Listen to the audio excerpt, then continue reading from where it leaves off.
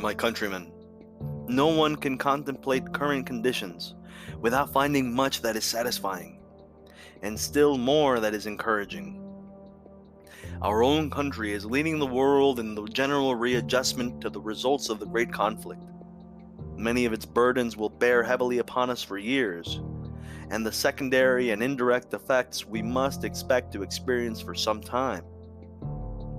But we are beginning to comprehend more definitely what course ought be pursued, what remedies ought be applied, what actions should be taken for our deliverance, and are clearly manifesting a determined will faithfully and conscientiously to adopt these methods of relief.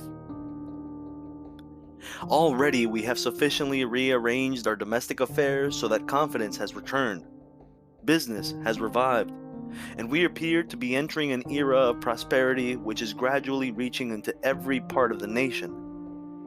Realizing that we cannot live unto ourselves alone, we have contributed of our resources and our counsel to the relief of the suffering and the settlement of the disputes among the European nations. Because of what America is and what America has done, a firmer courage, a higher hope, inspires the heart of all humanity. These results have not occurred by mere chance. They have been secured by a constant and enlightened effort marked by many sacrifices and extending over many generations. We cannot continue these brilliant successes in the future unless we continue to learn from the past.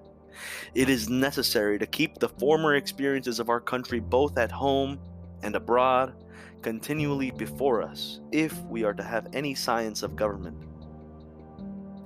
If we wish to erect new structures, we must have a definitive knowledge of the old foundations. We must realize that human nature is about the most constant thing in the universe, and that the essentials of human relationship do not change. We must frequently take our bearings from these fixed stars of our political firmament if we expect to hold a true course. If we examine carefully what we have done, we can determine the more accurately what we can do. We stand at the opening of the 155th year since our national conscientiousness first asserted itself by unmistakable action with an array of force. The old sentiment of detached and dependent colonies disappeared in the new sentiment of a united and independent nation. Men began to discard the narrow confines of a local chapter for the broader opportunities of a national constitution. Under the eternal urge of freedom, we became an independent nation. A little less than 50 years later, that freedom and independence were reasserted in the face of all the world and guarded and supported and secured by the Monroe Doctrine. The narrow fringe of states along the Atlantic seaboard advanced its frontiers across the hills and plains of an intervening continent until it passed down the golden slope to the Pacific.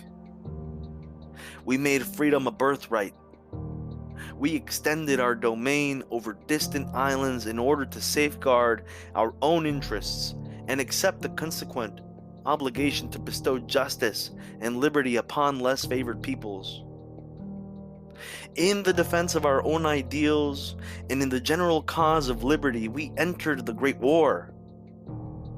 When victory had been secured, we withdrew to our own shores, unrecompensed, save the consciousness of duty alone. Throughout all these experiences, we have enlarged our freedom. We have strengthened our independence. We have been and propose to be more and more American. We believe that we can best serve our own country and most successfully discharge our obligations to humanity by continuing to be openly and candidly, intensely, and scrupulously American. If we have any heritage, it has been that. If we have any destiny, we have found it in that direction. But if we wish to continue to be distinctly American, we must continue to make that term comprehensive enough to embrace the legitimate desires of a civilized and enlightened people, determined in all their relations to pursue a conscientious and enlightened and religious life. We cannot permit ourselves to be narrowed and dwarfed by slogans and phrases. It is not the adjective, but the substantive which is of the real importance. It is not the name of the action, but the result of the action, which is of the high importance. It is the chief concern. It will be well not to be too much disturbed by the thought of either isolation or entanglement of pacifists and militarists. The physical configuration of the earth has separated us from all of the old world, but the common brotherhood of man, the highest law of all our beings, has united us by the inseparable bonds with all humanity. Our country represents nothing but peaceful intentions towards all the earth. But it ought not to fail to maintain such a military force as comports with the dignity and security of a great people. It ought be a balanced force, intensely modern, capable of defense by sea and land, beneath the surface and in the air, but it should be so conducted that all the world may see in it not a menace, but an instrument of security and peace. This nation believes thoroughly in an honorable peace, under which the rights of its citizens are to be everywhere protected.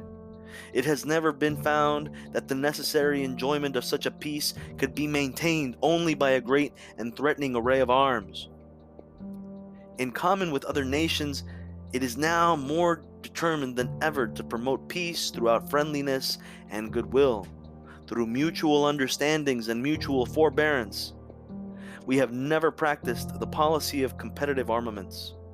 We have recently committed ourselves by covenants with the other great nations to a limitation of our sea power. As one result of this, our navy ranks larger in comparison than it ever did before. Removing the burden of expense and jealousy, which must always accrue from a keen rivalry, is one of the most effective methods of diminishing that unreasonable hysteria and misunderstanding which is the most potent means of fomenting war. This policy represents a new departure in the world. It is a thought, an ideal, which has led to an entirely new line of action. It will not be easy to maintain. Some never moved from their old position. Some are constantly slipping back to the old ways of thought and the old action of seizing a musket and relying on force.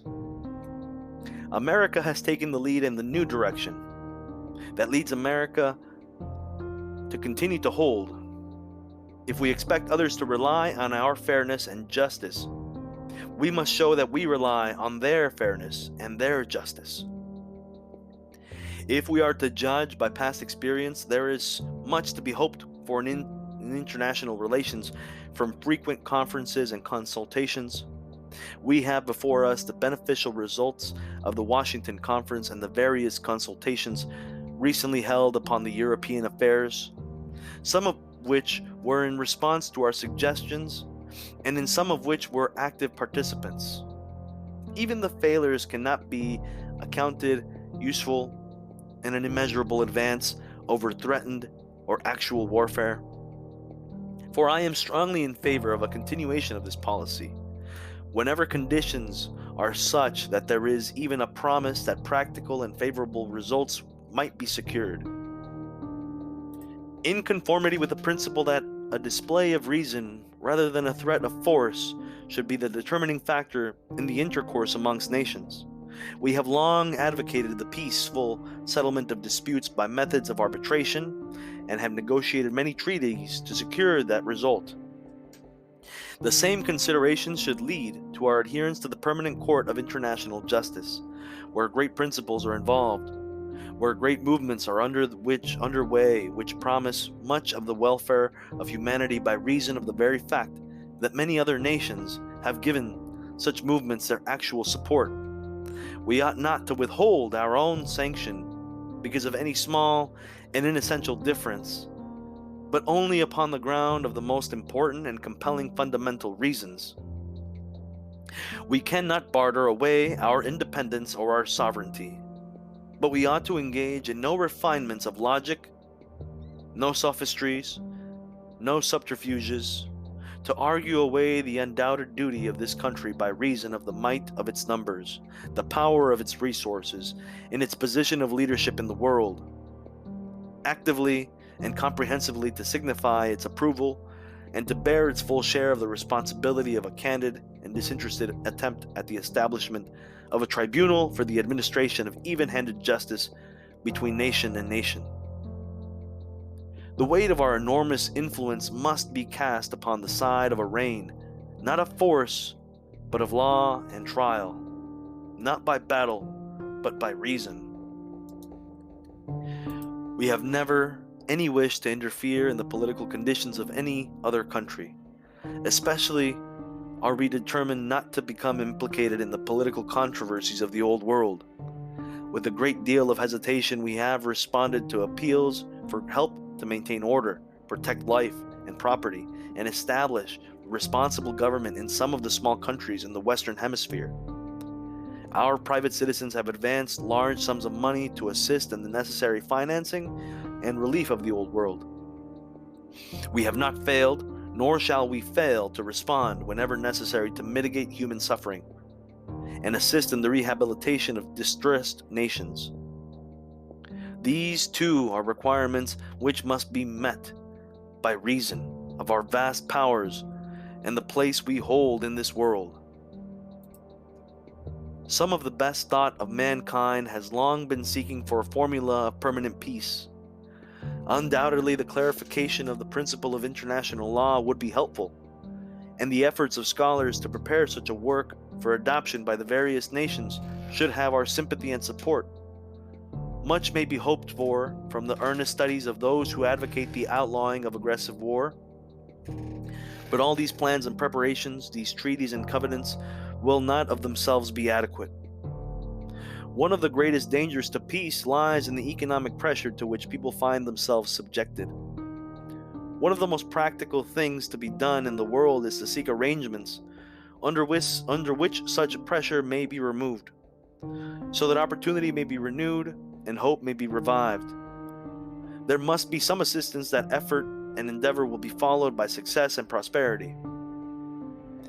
In the making and financing of such adjustments, there is not only an opportunity but a real duty for America to respond with her counsel and her resources.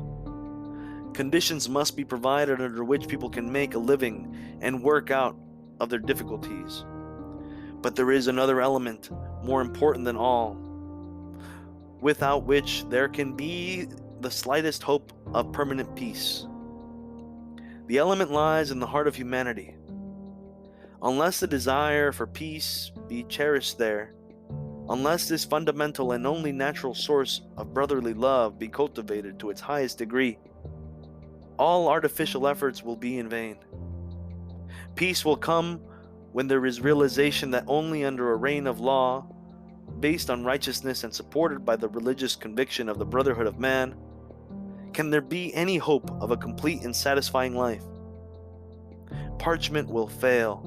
The sword will fail. It is only the spiritual nature of man that can be triumphant. It seems altogether probable that we can contribute most of these important objects by maintaining our position of political detachment and independence. We are not identified with any old world interests. This position should be made more and more clear in our relations with all foreign countries. We are at peace with all of them. Our program is never to oppress, but always to assist. But while we do justice to others, we must require that justice be done to us. With us, a treaty of peace means peace, and a treaty of amity means amity. We have made great contributions to the settlement of contentious differences in both Europe and Asia, but there is a very definite point beyond which we cannot go. We can only help those who help themselves. Mindful of these limitations, the one great duty that stands out requires us to use our enormous powers to trim the balance of the world. While we can look with a great deal of pleasure upon what we have done abroad, we must remember that our continued success in the direction depends upon what we do at home. Since its very outset, it has been found necessary to conduct our government by means of political parties. That system would not have survived from generation to generation if it had not fundamentally sound and provided the best instrumentalities for the most complete expression of the popular will. It is not necessary to claim that it has always worked perfectly. It is enough to know that nothing better has been devised. No one would deny that there should be full and free expression and an opportunity for independence of action within the party. There is no salvation in a narrow and bigoted partisanship. But if there is to be responsible party government, the party label must be something more than a mere device for securing office. Unless those who are elected under the same party designation are willing to assume sufficient responsibility and exhibit sufficient loyalty and coherence, so that they can cooperate with each other in the support of the broad general principles of the party platform, the election is merely a mockery. No decision is made at the polls, and there is no representation of the popular will. Common honesty and good faith with the people who support a party at the polls require that party, when it enters office, to assume the control of that portion of the government to which it has been elected. Any other course is bad faith and a violation of the party pledges. When the country has bestowed its confidence upon a party by making it a majority in the Congress, it has a right to expect such unity of action as will make the party majority an effective instrument of government. This administration has come into power with a very clear and definite mandate from the people. The expression of the popular will in favor of maintaining our constitutional guarantees was overwhelming and decisive. There was a manifestation of such faith in the integrity of the courts that we can consider that issue rejected for some time to come. Likewise, the policy of public ownership of railroads and certain electric utilities met with unmistakable defeat. The people declared that they wanted their rights to have not a political but a judicial determination, and their independence and freedom continued and supported by having the ownership and control of their property, not in the government, but in their own hands. As they always do when they have a fair chance, the people demonstrated that they are sound and are determined to have a sound government. When we turn what was rejected to inquire what was accepted, the policy that stands out with the greatest clearness is that of the economy in public expenditure with a reduction and reform of taxation. The principle involved in this effort is that of conservation. The resources of this country are almost beyond computation. No mind can comprehend them. But the cost of our combined governments is likewise almost beyond definition. Not only those who are now making their tax returns, but those who meet the enhanced cost of existence in their monthly bills, know by hard experience what this great burden is and what it does. No matter what others may want, these people want a drastic economy. They are opposed to waste. They know that extravagance lengthens the hours and diminishes the rewards of the labor. I favor the policy of economy, not because I wish to save money, but because I wish to save people. The men and women of this country who toll are the ones who bear the cost of the government. Every dollar that we carelessly waste means that their life will be so much the more meager. Every dollar that we prudently save means that their life will be so much more the abundant. Economy is idealism in its most practical form.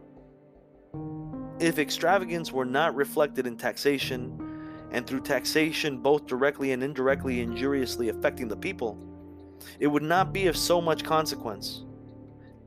The wisest and soundest method of solving our tax problem is through economy. Fortunately, all of the great nations, this country is best in a position to adopt that simple remedy. We do not any longer need wartime revenues. The collection of any taxes which are not absolutely required, which do not beyond reasonable doubt contribute to the public welfare, is only a species of legalized larceny. Under this republic, the rewards of industry belong to those who earn them. The only constitutional tax is a tax which ministers to public necessity. The property of the country belongs to the people of the country. Their title is absolute. They do not support any privileged class. They do not need to maintain great military forces. They ought not be burdened with a great array of public employees. They are not required to make any contribution to government expenditures except that which they voluntarily assess upon themselves through the action of their own representatives. Whenever taxes become burdensome, a remedy can be applied by the people. But if they do not act for themselves, no one can be very successful in acting for them. The time is arriving when we can have further tax reduction. When, unless we wish to hamper the people in their right to earn a living, we must have tax reform. The method of raising revenue ought not to impede the transaction of business, it ought to encourage it. I am opposed to extremely high rates because they produce little or no revenue, because they are bad for the country, and finally because they are wrong. We cannot finance the country. We cannot improve social conditions through any system of injustice, even if we attempt to inflict it upon the rich. Those who suffer the most harm will be the poor. This country believes in prosperity. It is absurd to suppose that it is envious of those who are already prosperous. The wise and correct course to follow in taxation and all other economic legislation is not to destroy those who have already secured success, but to create conditions under which everyone will have a better chance to be successful. The verdict of the country has been given on this question, and the verdict stands: we shall do well to heed it. These questions involve moral issues. We need not concern ourselves much about the right of property if we will faithfully observe the right of persons. Under our institutions, their rights are supreme. It is not property, but the right to hold property, both great and small, which our Constitution guarantees. All owners of property are charged with a service. These rights and duties have been revealed through the consciousness of society to have a divine sanction. The very stability of our society rests upon production and conservation. For individuals or the governments to waste and squander their resources is to deny these rights and disregard these obligations. The result of economic dissipation to a nation is always moral decay. These policies of better international understandings, greater economy, and lower taxes have contributed largely to peaceful and prosperous industrial relations. Under the helpful influences of restrictive immigration and a protective tariff, employment is plentiful, the rate of pay is high, and wage earners are in a state of contentment seldom before seen. Our transportation systems have been gradually recovering and have been able to meet all the requirements of the service. Agriculture has been very slow in reviving, but the price of cereals at last indicates that the day of the deliverance is at hand. We are not without our problems, but our most important problem is not to secure new advantages, but to maintain those which we already possess. Our system of government, made up of 3 separate and independent departments, our divided sovereignty composed of nation and state, the matchless wisdom that is enshrined in our Constitution, all these need constant effort and tireless vigilance for their protection and support. In a republic, the first rule for the guidance of the citizen is obedience to law. Under a despotism, the law may be imposed upon the subject. He has no voice in its making, no influence in its administration. It does not represent him. Under a free government, the citizen makes his own laws, chooses his own administrators, which do represent him, those who want their rights respected under the Constitution, and the law ought to set the example themselves of observing the Constitution and the law. While there may be those of high intelligence who violate the law at times, the barbarian and the defective always violate it. Those who disregard the rules of society are not exhibiting a superior intelligence, are not promoting freedom and independence, are not following the path of civilization, but are displaying the traits of ignorance or servitude, of savagery, and treading the way that leads back to the jungle. The essence of a republic is a representative government. Our Congress represents the people of the states. In all legislative affairs, it is a natural collaborator with the President. In spite of all the criticism which often falls to its lot, I do not hesitate to say that there is no more independent and effective legislative body in the world. It is and should be jealous of its prerogative. I welcome its cooperation and expect to share with it not only the responsibility but the credit for our common effort to secure beneficial legislation.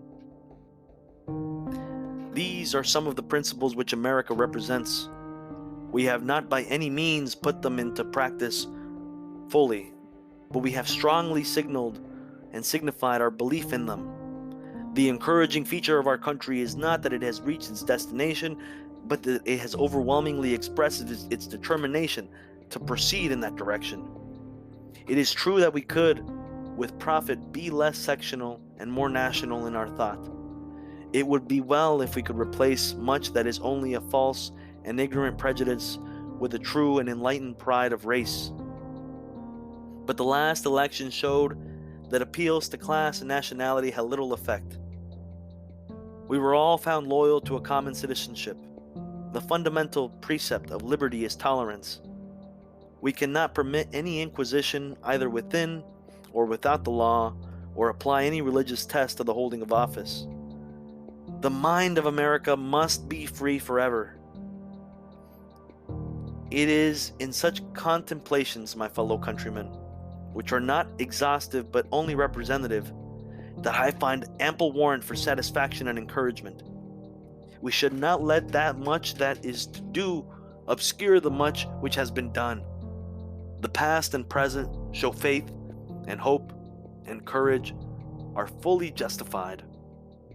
Here stands our country, an example of tranquility at home, a patron of tranquility abroad. It will continue to stand, seeking peace and prosperity, solicitous for the welfare of the wage earner, promoting enterprise, developing waterways and natural resources, attentive to the intuitive counsel of womanhood, encouraging education, desiring the advancement of religion, supporting the cause of justice and honor among the nations. America seeks no earthly empire built on blood and force. No ambition, no temptation lures her to thought of foreign dominions and dominions. The legions which she sends forth are armed not with swords, but with the cross. The higher state to which she seeks the allegiance of all mankind is not of human, but of divine origin. She cherishes no purpose save to merit the favor of Almighty God.